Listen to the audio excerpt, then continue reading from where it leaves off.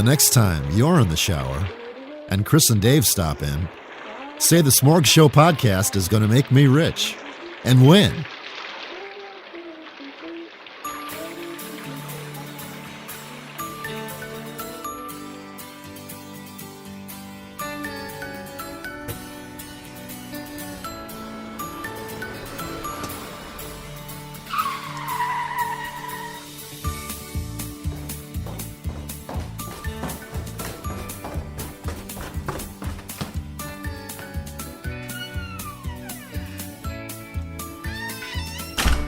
Welcome back, SmorgShowers. This is Chris, and this is the SmorgShow Podcast, episode 102, bringing it to you. And everybody's left me. I'm here by myself. I need some friends to carry me through. Come on, friends. Anybody here? Help me.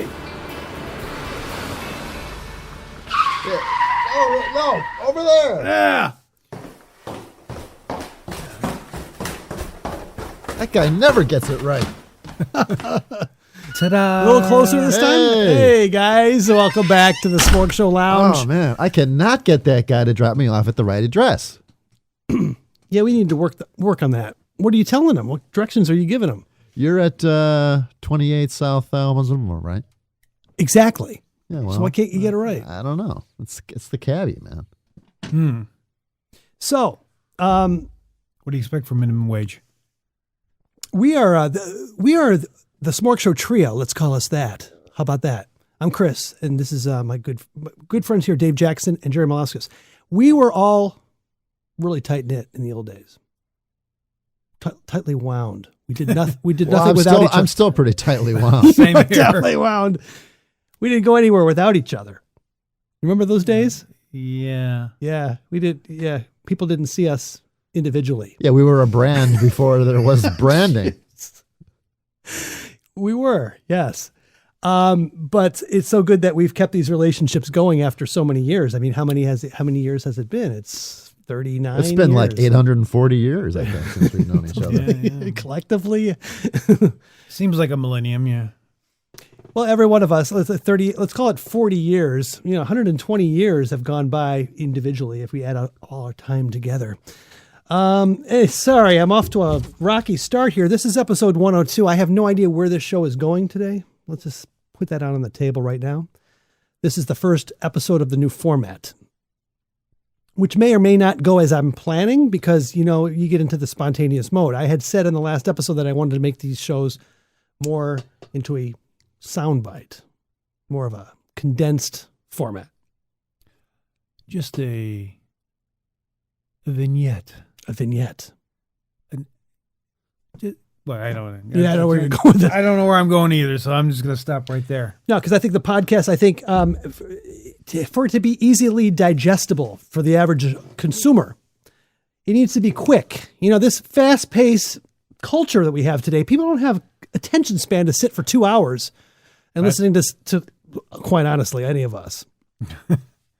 So we're going to end the show right now. This is episode 102. Nice work, guys. Plus, when you're promoting on the internet, someone can say, oh, I want to hear a show about this. Yeah. And a longer show will have many topics. Then you'd have to label it as variety or tag it as variety or something like that. Yeah. This way you can say this show is about... What's the show about? What is the show about? Yeah, I mean, Seinfeld was a show about nothing, and our show is a show about anything.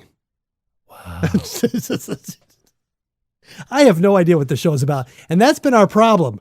That's why Baba has higher ratings than we do, because people can type in on Apple, Indian culture, and bam, his podcast comes up. What do you type in that would bring us up? Boredom. Passing the time. Smorgasbord. It's a variety of topics, but it's not really a term that really people want to search on. Well, it's your own branded term.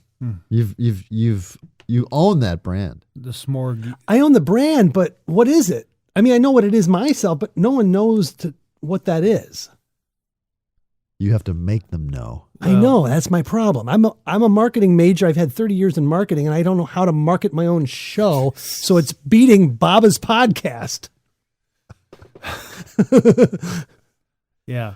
A spinoff, You know? a spinoff, no less. Yeah, a spinoff of our show is getting more downloads than the original show. That there's a problem with that, and I'm really hurt. I don't know what to do. Bob is back in India. Living the good life. He's living the good life. I don't know. I'd like to make a pop culture reference here, if you don't mind. I don't know if we're gonna. No, go ahead. But something similar to what's happening with YouTube. I don't know if you're familiar with PewDiePie, and there's a competing channel called T-Series, and each one's got about 95 million subscribers. That's like what, a third of the population of the United States? Yeah, what is that all about? How do you do that? I don't know, but it's got. I've Tell us seen, about these. Well, PewDiePie is just basically a guy that. Wait, PewDiePie. PewDiePie. Spell that. PEUDIEPIE. So. And how did you stumble across PewDiePie? Well, I want to hear because this. You didn't just search for that, did you? Actually, I've known about PewDiePie since probably 2015 or so. But I never actually watched his channel until about 2017, I think. Anyway, the point is, he's the biggest YouTuber. If anybody say who's got the biggest channel on YouTube, it's him. Except that recently, this basically Bollywood channel with a lot of Indian pop movie music. Yep. The girls are singing honey, like that. Like, yeah. Not to be so culturally insensitive, I'm just saying what it sounds like to me. Anyway, that channel was actually poised to take over and become the biggest channel. And of course, he did this whole sort of what you call rivalry or something back and forth between it. And basically, this channel, he has his own channel and he's his own content creator, whereas this T-Series is just basically compilations or just videos of different Indian artists on there. So there's no like central theme or anything about it. So what I was thinking is, because you have Baba Ganesh and he's doing his thing with the Indian culture and all that, and he's like, and you're established, you're the top of the smorg heap, but here he comes, like T-Series is going to PewDiePie, and ready to knock you off. Or actually, in this case, unfortunately, it kind of has knocked you off. Yeah, but we're not really in competition with each other. I'm not competing for the Indian culture audience. You know what I mean? I'm just wondering, his podcast is more easily marketable because it's a succinct topic that people can search for. I've struggled with our brand because it could be anything. You could type in entertainment, okay, but there's so much out there. How did you surface to the top? That's been our problem since day one. I mean, I think that was the thing that was a problem back in the day with personality jock radio. I mean, like your different jock, like Howard Stern and all that. But the thing that they glommed onto is the shock level, the shock jock. So saying crazy thing. Shocker. Exactly. And, that's how they kind of marketed themselves. But to be honest, they didn't spend all their time just saying shocking things. They were... No. Well, but they didn't have to market themselves in the sense of the podcasting because you tune into the radio station. Yeah, and it's true. All of a sudden, hey, this guy is interesting or whatever. Or different, yeah. But podcast, we're sort of out there with all the other content. And how do you stand out among the crowd based on what we're trying to do here? And I'm just saying that Bob has got a better gig than we do right now, and we need to change that. And I'm looking to you guys to help me. All right, we'll talk to Dave for a while. I've already put my sense. Sorry, Jerry. I think we probably need to symbolically cut his camel's hooves, if you know what I'm saying. I think I know what you mean. Okay, good job. So I have no idea where this show is going to go, but what I do have, what I thought I would do is maybe I have an article. We just talk about the topic of the article, and let's see where it goes. Okay. I've always said you're the real article. Thank you. Yeah.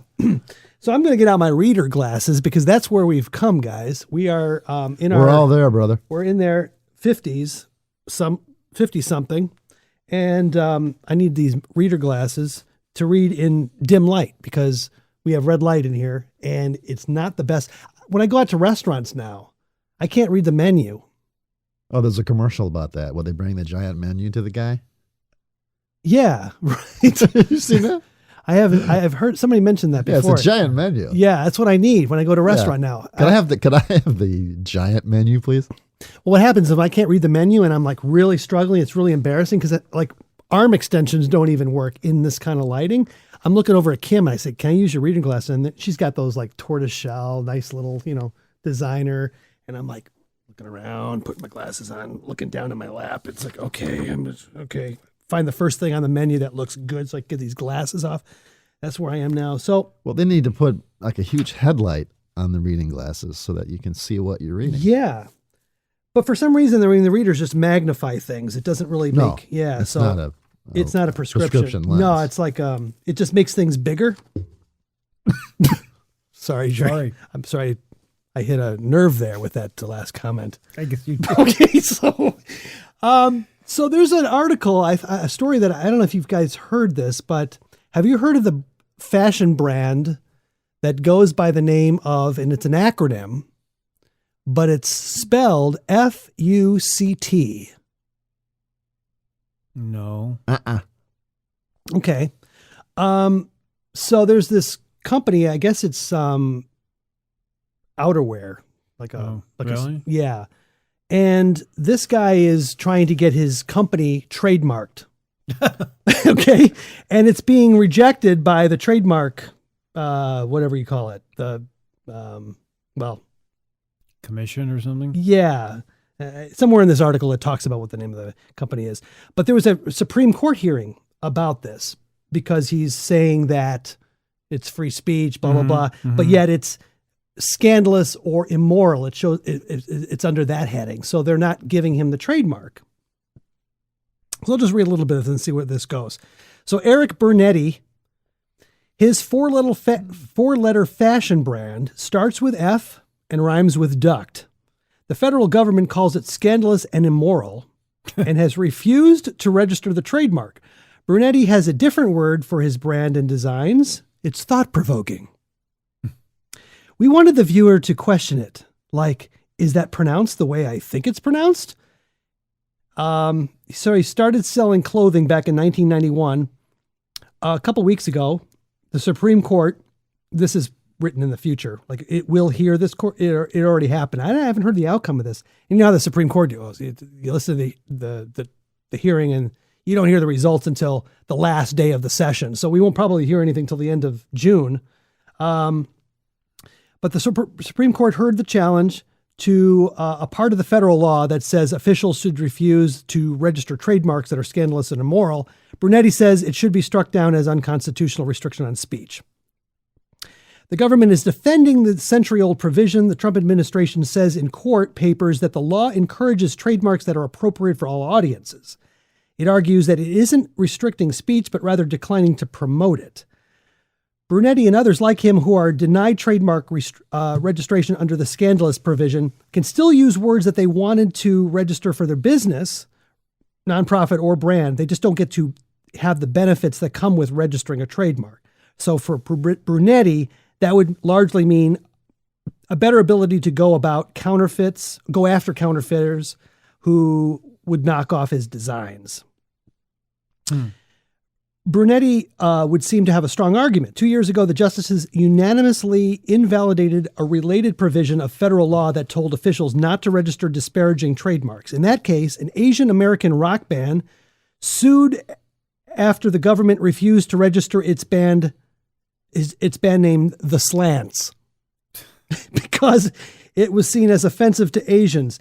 In court, the justices had no trouble saying the band's name, but for Brunetti's brand, it may be different. His lawyer, John R. Sumner, says he plans to say the individual letters of the name, FUCT, which Brunetti sometimes does too. Another possible workaround is explaining the brand as something of an acronym for friends you can't trust. That's what it stands for. Part of Sumner's argument is what he sees as the arbitrary nature of the United States Patent and Trademark Office's decisions about what gets tagged as scandalous and immoral. A lawyer working for the office who is from the South might find something not nice, in quotes, that wouldn't faze a lawyer from the Bronx. That means you can register profanity if you're lucky, and you get assigned a lawyer who allows it.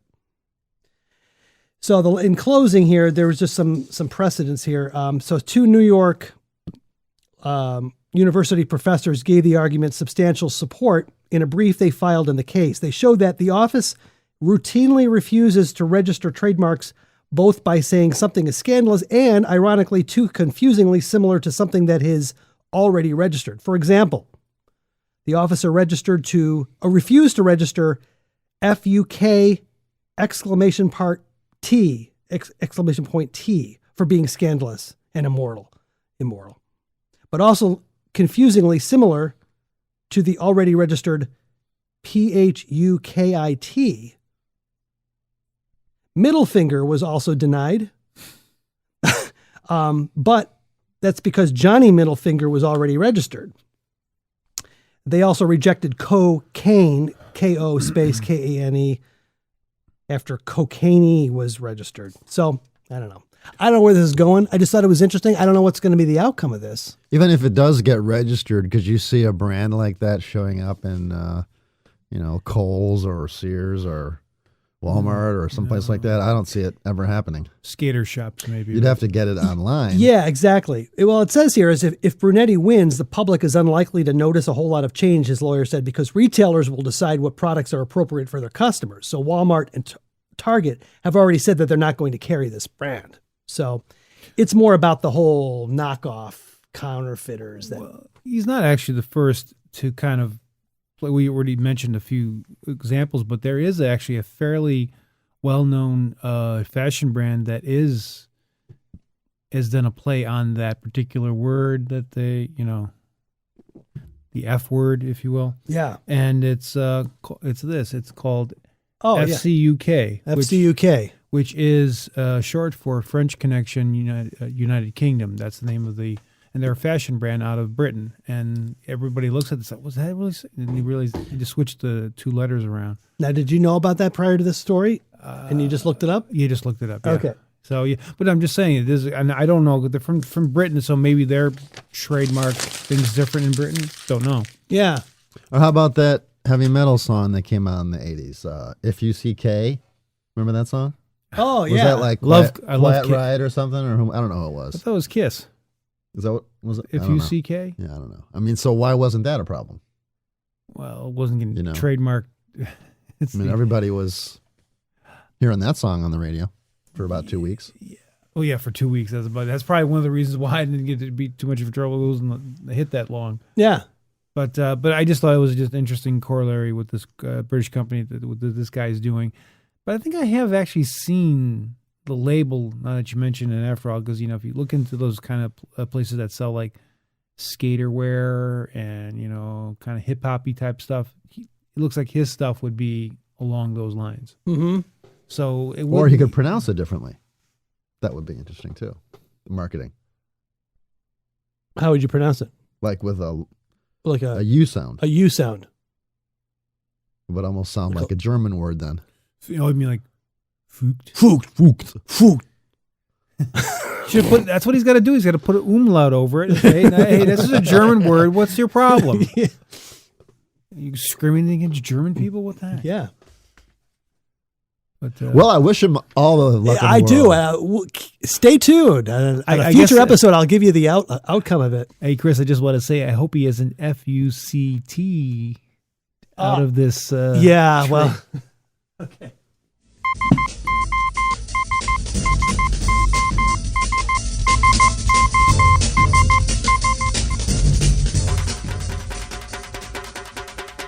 This is breaking Baba news.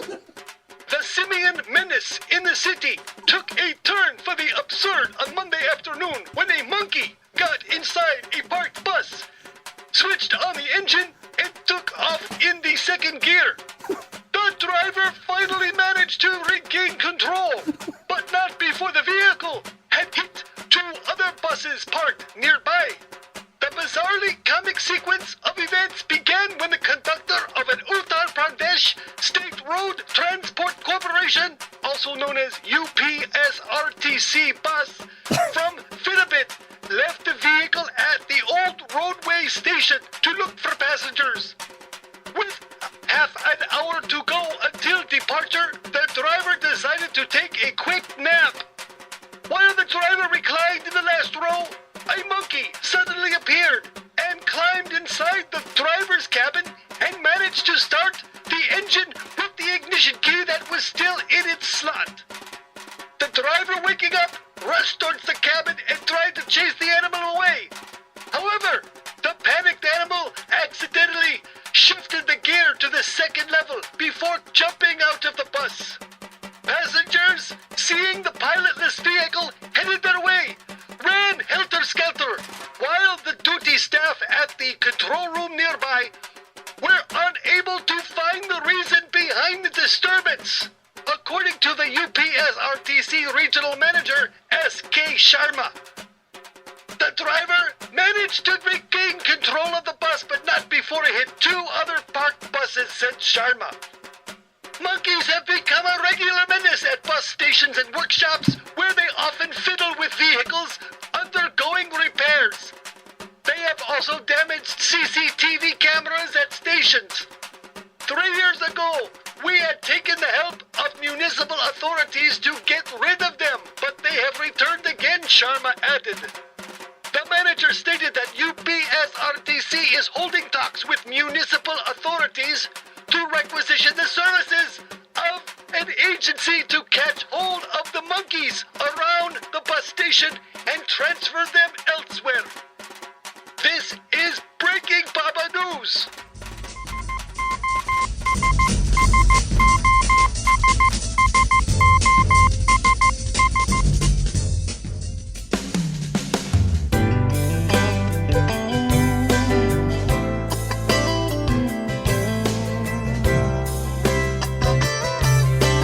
Well, that's about all I have today.